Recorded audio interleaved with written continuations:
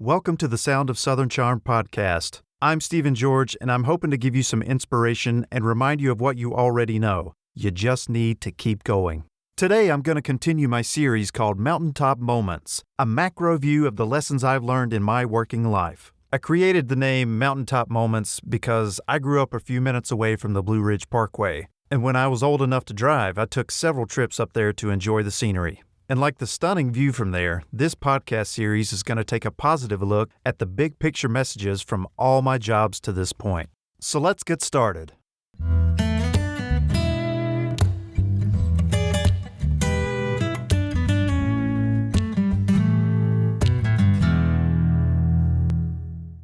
So now we've gotten to the part in the story where I have chosen my career and I am moving forward 100% on that career.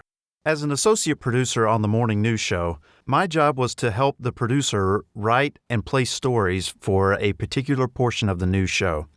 At that time, our morning newscast was 4 hours. It started at 5 a.m. and ended at 9 a.m. The part of the show that I worked on was between 6:30 a.m. and 8 a.m. It was my job to help make sure that the producer had everything they needed and to make sure that our show was done before it hit the air. And it took a little bit of time of getting used to the processes and how that particular producer worked and just how things work in general in the newsroom and as far as expectations go before I could really kind of dive in and really nail down what it was that I was supposed to do. But I got really good at it. And the best part is I enjoyed it. I enjoyed being in the know and understanding what was going on in the world around me. I also had fun interacting with my coworkers. It makes coming in and going to work a lot easier if you like the people you're working with.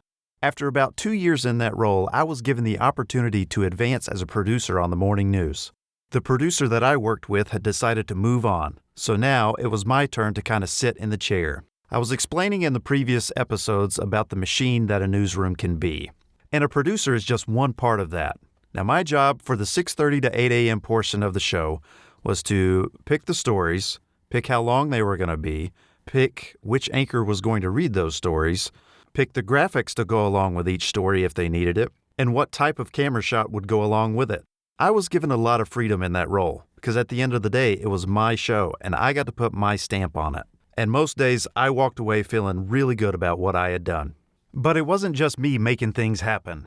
I had to depend on a lot of other people to get my show on the air. So a huge lesson that I had to learn during this time was to trust other people because there are so many moving parts. Like I said, I was a producer that I was in charge of writing the show, but then we also had to have video editors to have the right video for the show.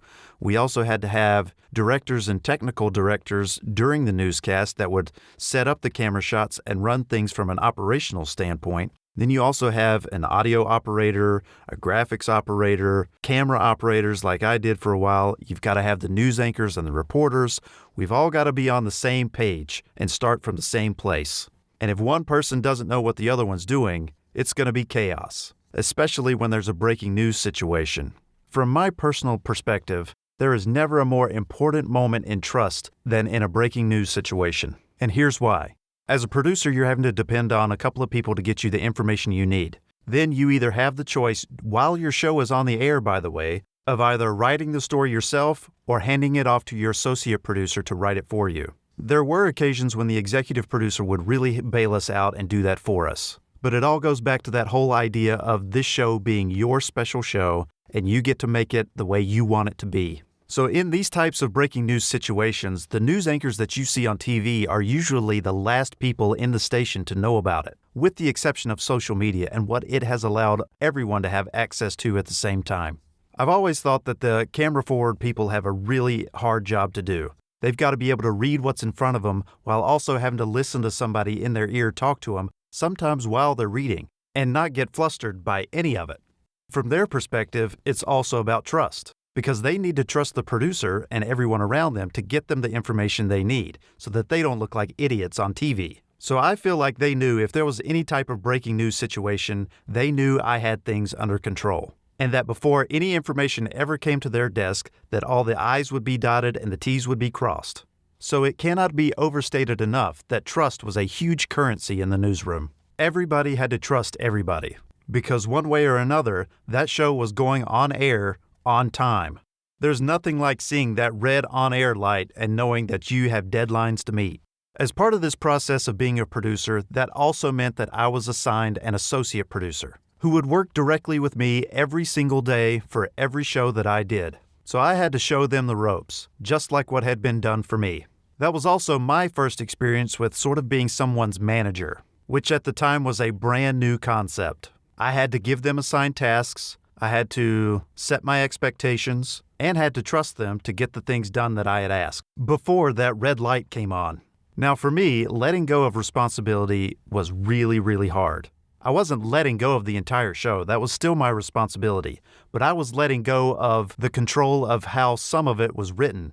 Did I have editorial decision on everything? Yes. But I was also trying to give them the opportunity to grow their voice, knowing that they would not stay an associate producer forever. During my time on the morning news show, I had 3 different associate producers. 2 of them went on to have very successful careers in the news business. Does that make me a good mentor? I don't know.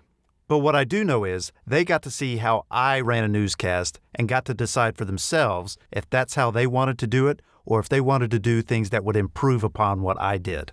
I did a lot of growing up in the newsroom, learning to trust others, having a lot of responsibility, meeting deadlines, training the next generation, all while still pursuing my goal to inform the public and eventually be a reporter or an anchor. Now, this did not come without its bumps and bruises, because that's just the way things work. You're not always going to get everything right 100% of the time. Remember that whole latitude thing I was talking about earlier? Well, I can think of 2 occasions where me having the latitude could have worked out better. Both cases that I can think of were pretty early on.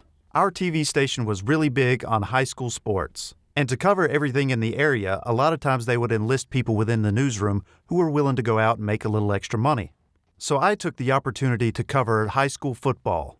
At this point, I was pretty comfortable running a camera. I'd learned how to use one in college, and I had done some kind of freelancer gigs on the side from shooting some local concerts and documentaries.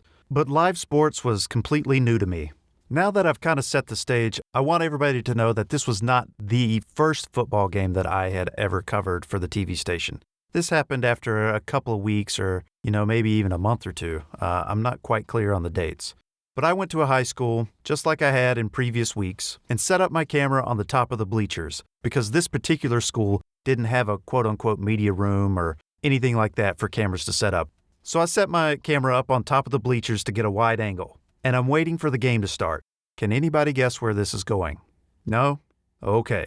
So I'm waiting on the game to start, and all of a sudden, I watch my camera go backwards. Apparently, I had not locked down the tripod legs effectively. So I watched the camera and the tripod connected together fall all the way down the steps of the bleachers, crash straight into the asphalt. Thankfully, none of the crowd was walking behind that particular area when the camera fell and hit anybody. But now, I had to make that dreaded phone call to the news station and say, guys, I smashed your camera to several pieces. Thankfully, because of technology transitioning at the time, I didn't have a brand new camera. But it still didn't matter because it's not like it was a cheap camera. I remember thinking that when I got back to the news station, that I was just going to be torn apart, yelled at, screamed at, lose my job, you name it. That was the headspace that I was in. And when I got back to the station, management didn't say anything, and I was completely thrown off. I kept thinking, why are they not saying anything? Why is nobody coming up to me right now? Why am I not in trouble? So this happened on a Friday night. I don't work the weekends. Nobody called me that weekend to have any kind of conversation with me. So I was kind of breathing sort of a sigh of relief. But when I walked in on Monday, that changed. Now, because I worked for the morning show, management wasn't always there overnight. But after that morning show was over, management called me into their office. And they offered an interesting perspective that I've never forgotten. Instead of yelling and screaming at me, the manager simply said, you could have been proactive in this situation. Instead of me having to come find you, you should have just come to me and just said, this is what happened, apologized, and the whole thing.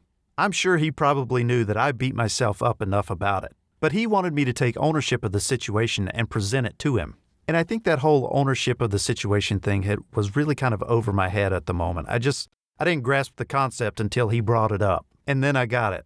Now, if you think that was the last time that they let me touch a camera at the station, you'd be wrong.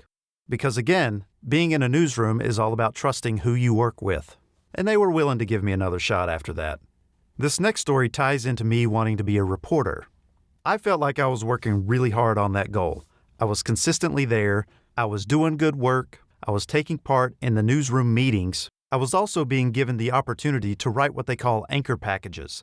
That's when a photographer goes out and covers a story, someone else writes the story, and then gives that information for a news anchor to record for the newscast. On this particular day, I had been asked to cover a breaking news situation after my newscast was over. They asked me to grab a camera and head to some rural part of the viewing area where there had been a deadly car crash. I got to the scene just fine. I set up my camera, I did everything that I was supposed to do, or so I thought, and then headed back to the news station. The other camera guys who were just coming in for the day were super appreciative that I had gone out and done that. And all I had to do at that point was to hand the footage over to them so that they could edit it for the story they needed. So they popped the tape in to get started. And as they're looking at the footage, one thing sticks out. The footage is blue. Not like in a fun, artistic, this is going to be cool kind of way. No, like, I forgot to white balance the camera, and so all the footage is blue because it's the morning. That is what I had spent my time doing. I was covering the story, but now I had no good footage to show of it, and now I had handed that work off for somebody else to try and fix. I could see the frustration on his face. Now it's much easier to color balance your footage, but back then, it wasn't so easy, and I felt terrible. Here I was thinking that I had done a really good job, only to find out after the fact that I had royally messed up, and in the process, wasted my time and a lot of other people's time. Those two particular instances aside, I had a really good run at the television news station. I was an associate producer and then a producer for a total of 5 years while I was there. And my ultimate goal was to stay at that television station so that I could move up and become a reporter and an anchor. I had made that goal very clear to both the news directors. Most of my peers knew that as well. And here's where the conversation gets a little tricky. As I mentioned earlier, I was doing a lot of different things. One of those things was writing anchor packages. Sometimes I would even go out on the shoots with the photographers, and they were gracious enough to spend a little time working with me to try to help me get my on-camera presence going. Nobody told them they had to do that, but they were willing to help me out. Like I said, it was a great place to work. I worked with amazing people. I remember in one particular instance where a reporter position came up at the station. I put a video reel together and submitted it to my assistant news director.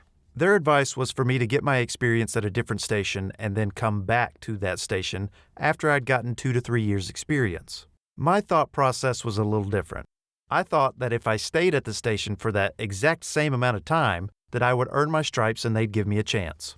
Well, it didn't work out that way, so I had a decision to make. Was I going to give up on my dream and stay a producer? Or was I going to give up on my dream and start a completely different career? Both were choices I never thought I'd have to make, but you don't always get what you want in life. Ultimately, I made the decision to leave television news because it was hard for me to swallow the idea of being so close to what I wanted to do and not be able to do it. Looking back on it now, it was pretty self-limiting. I could have sent that tape to other stations in the area, but at the time, I didn't want to work for them. I knew the culture at this station. I liked it. I wanted to stay there. Or I could have taken their advice and gone to another station in another city and gotten the experience I needed. But I had already decided that I didn't want to move. I was already married at that point and had a kid, and I didn't want to have to move somewhere to a new town to make less money and then start having to work 2 jobs again just to cover the bills so I could be a reporter. I was not willing to do that. It felt selfish of me to ask my wife to do that and also to put my kid through that. Not to mention the fear factor involved in the decision. What if I made the decision to move our family, only to figure out that I wasn't good enough to be a reporter long term? Do I regret the decision I made?